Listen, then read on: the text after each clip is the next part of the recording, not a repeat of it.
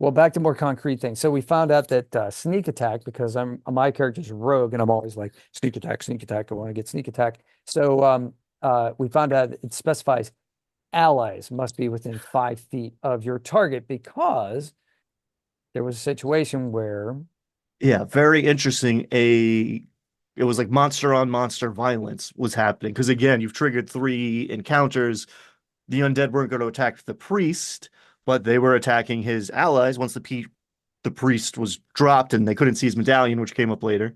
That was kind of like some foreshadowing for you guys too. mm, But yeah, and we talked about it a lot. And again, in Ryan's fantasy system, it would be if the target is currently in combat, because you are taking advantage of a distraction in my mind.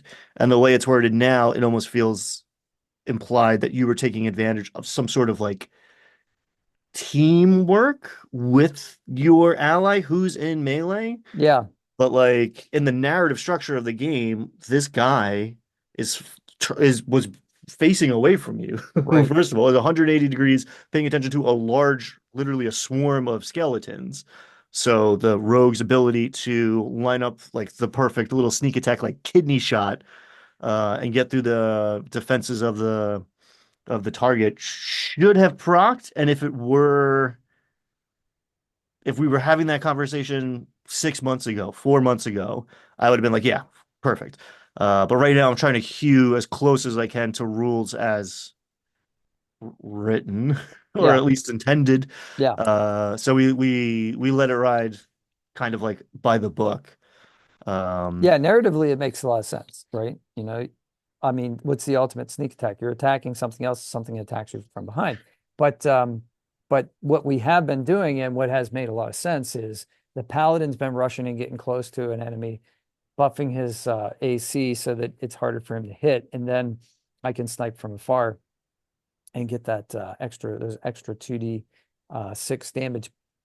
But ideally, you're rolling with, as a rogue, you're rolling with advantage. So if you're using a ranged attack, you can use steady aim to give yourself advantage if you don't have advantage in another way.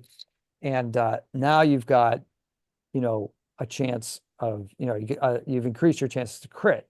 So now you're going to get 4d6, right? So on that, and actually you're going to get your regular damage with the bow. I'm using a light crossbow, so that'd be takes 6d6. yeah, you crit. It's two. I think it's a D8. Oh no, I'm thinking of rapier. Yeah, Yeah, and I mean, that's a big buff for rogues. Everyone's yeah, like, it's oh, rogues big. didn't get low, but like, yeah, steady aim is a big deal. Is a big deal. You're increasing your odds of critting every time. Yeah. And you can now use your bonus action. It was always the loop was like bonus action hide, and then it's a roll. You're very good at it, so it's unlikely that you're gonna fail that roll, but Yeah, the occasionally you're thing, gonna fail that roll. Now y- you have more things you can do. If you get into trouble and disengage. I think my camera just made me hide. Just went You, out of focus. you passed your stealth check. It Yeah, didn't focus on I you used anymore. my bonus action on my camera.